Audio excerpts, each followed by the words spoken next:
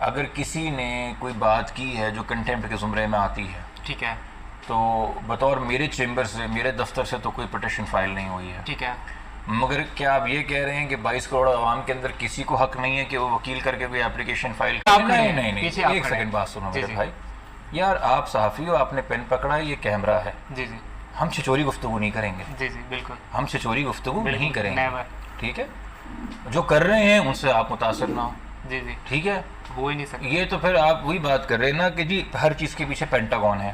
نہیں، برج گر گیا پاکستان میں، امریکی سازش ہے. بالکل صحیح ہے. ٹھیک ہے، ایک عجیب سی بات کر رہے ہیں جی جی بھائی.